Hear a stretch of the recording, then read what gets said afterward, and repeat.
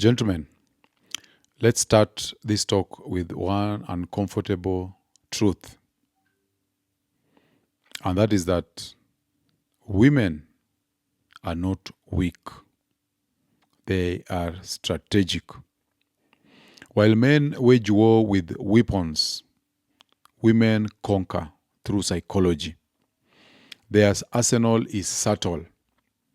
Silence, suggestion, emotion, empathy, and guilt.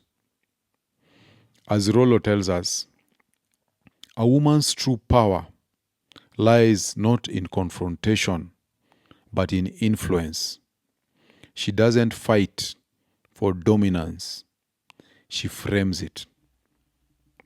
So female manipulation at its core is solipsistic, meaning it revolves entirely around her subjective reality. She doesn't ask, is this fair? She asks, does this serve me? In Evolutionary of Desire, David Bass explains that female psychology evolved to secure resources and protection through social influence and emotional leverage, not open warfare. The modern woman doesn't need to fight you. She just needs to isolate you, redefine your loyalties, and control your environment. Listen to that very carefully. You can replay it. Maybe let me repeat it. The modern woman doesn't need to fight you. She just needs to isolate you, redefine your loyalties. This is going to be the key to our discussion today. And she's going to also control your environment. That, gentlemen, is how kings are dethroned in their own homes. So I'm going to tell you a story to illustrate this point, which was a man set up a test of loyalty. So a man once told me a story that perfectly exposes this feminine strategy. Okay? You may have also heard this story before. So this man and his wife, they decided to visit their mother. So the man told him, we are going to visit mother, or we're going to visit mom. And they stopped at a supermarket on their way. So just within the town before they left Nairobi, he told her, go and pick some shopping for mom. So they picked the usual tea leaves, sugar, cooking oil, a few groceries, all on his tab. Of course, the guy was going to pay. So she walked into the store like a woman doing a chore that she didn't care for. So casually, she picked a small packet of tea bags, tea leaves, a box of matches. She picked some salt. She picked some bar soap, the bare minimum. When he asked her to add more, she feigned confusion. It's enough, she said. And with that vacant, lobotomized stare that women have perfected when they don't want to cooperate, that is the stare she gave him. He pressed her again, and she reluctantly tossed in a loaf of bread, as if it were an offering to a stranger. He said nothing. He just paid, and they walked out.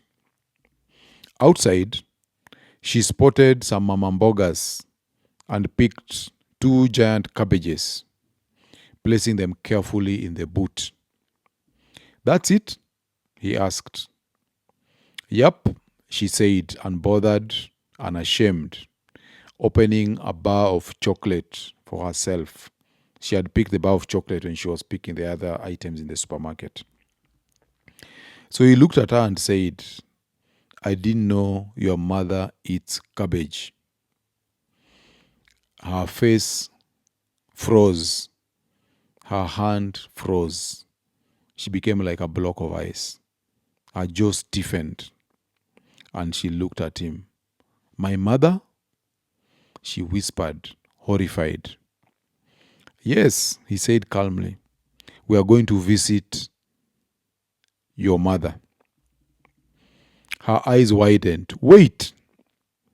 We need to add sugar, unga, cooking oil. Turn back." He smiled. He shifted the gear and drove off. "Never. I asked you severally, and you said it was enough," he told her. So that gentleman taught his wife a lesson that day. And what lesson he taught her was that entitlement meets its match in masculine clarity. So let's do a psychological breakdown of what was happening here and what happens in most or many marriages. To understand her behavior, we must go beneath the surface. So this was not stinginess. It was female solipsism in motion, a psychological bias where a woman instinctively perceives her world and her kin as more real and worthy of empathy than yours. Okay? Remember, solipsism is the subconscious belief that her experience is the only valid reality and that a man's world exists primarily to serve it. In Mother Nature, Dr. Sarah Hrdy supports this from an evolutionary perspective. And she says that women evolved to prioritize the security of their offspring and social network, often at the expense of outsiders, even their husband's kin. So when your wife disrespects your relatives, it isn't always personal hatred. It is territorial programming. She's scanning your social sphere, identifying competitors for your resources, and emotionally branding them as threats. Of course, you will also identify the allies among them and align with them.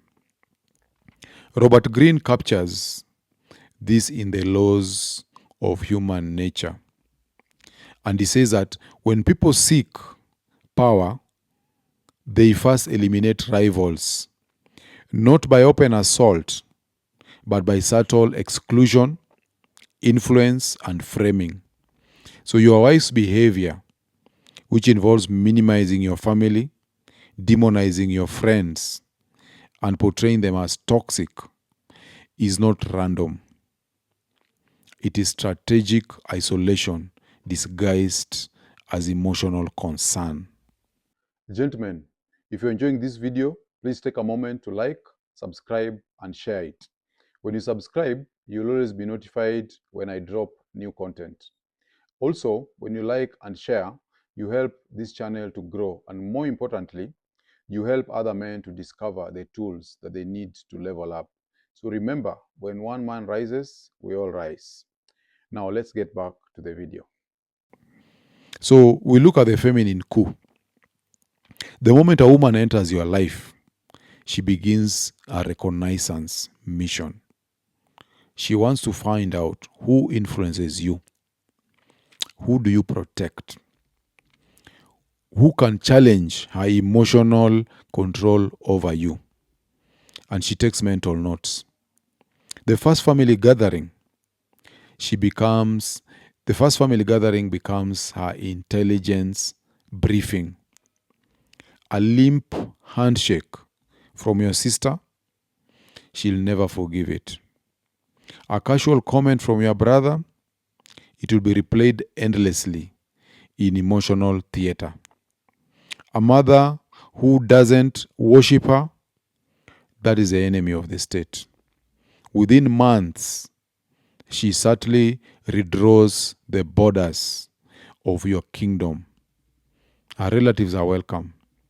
Her friends will fill your living room. Her opinions will define your reality.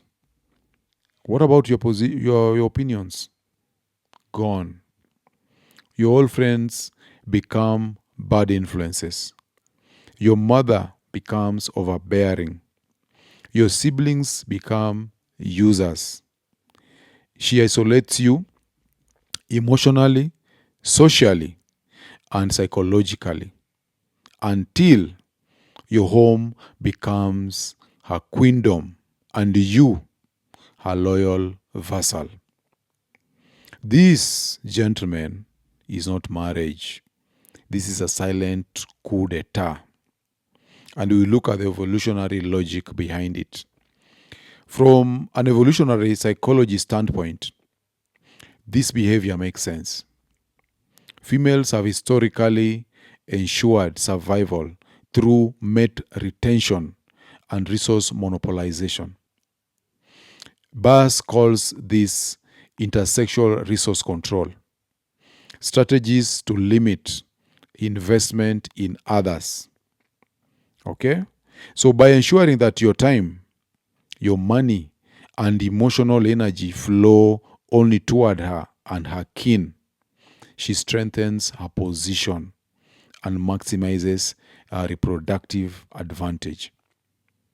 But the modern man, stripped of his awareness, calls it love. So, what is the cost of compliance? When you allow this dynamic to unfold unchallenged, your kingdom collapses from within. You become a stranger in your home. Your phone calls are monitored, your generosity is questioned, and your friendships are policed. You begin to shrink, apologizing for your masculinity, negotiating for permission, existing only within her emotional orbit. And when she finally controls the castle, she will remind you, you're now a married man. Your family comes first, and your extended family comes second, and so on. That, gentlemen, is not partnership. That is what we call psychological capture. And this is something you've seen. I've had gatherings with the other men before. And when you do an audit and ask yourself, between her family and your family, whose family has benefited the most? 9 out of 10, it is normally her family that has benefited. You're paying school fees, you're sending money to her mother, you're helping her mother to build or repair her home, and so on and so forth. If you do a credit, a balance sheet, okay? You do a T-sheet on a piece of paper, you put your family on one side and her family, you see that they benefit the most. And this psychological capture is what makes many men ask for permission from their wives before they can even hang out with the boys. Okay? It is one reason why men who have spent too much time out there, maybe even with side chicks, they go to a police station to get arrested so that they can provide an explanation to their wives. So share your experiences about this psychological capture below, especially the guys who are married. For the guys who are not married, you need to be aware of this. Make sure you capture it before it is too late. Your wife is going to tell you who hates her in the family and who she's willing to ally with or align with. She's going to tell you who your good friends are, who the bad friends are, and the bad influences. It is an isolation mechanism and is a process of taking complete control over you, your thoughts, and even your resources. So that is it about female solipsism, and I'll see you guys on the next one.